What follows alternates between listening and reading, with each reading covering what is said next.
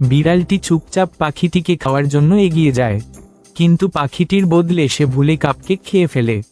বিড়ালটি ভাবে সে পাখিটিকে খেয়ে ফেলেছে এবং খুশি হয়ে যায়। অন্যদিকে পাখিটি তার হারানো কাপকেক খুঁজতে গিয়ে বিড়ালটির সামনে আসে।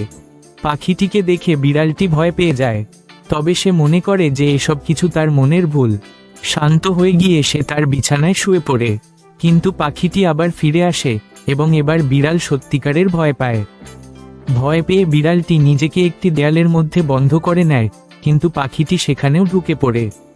এরপর বিড়ালটি বইয়ের আলমারিতে গিয়ে লুকায় এবং সেখানে একটি ভূত তাড়ানোর বই খুঁজে পায়।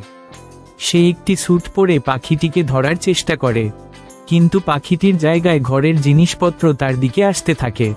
জিনিসপত্র বেশি হওয়ায় সেগুলো বিড়ালের ওপর পড়ে যায়। পাখিটিও নিচে পড়ে যায়।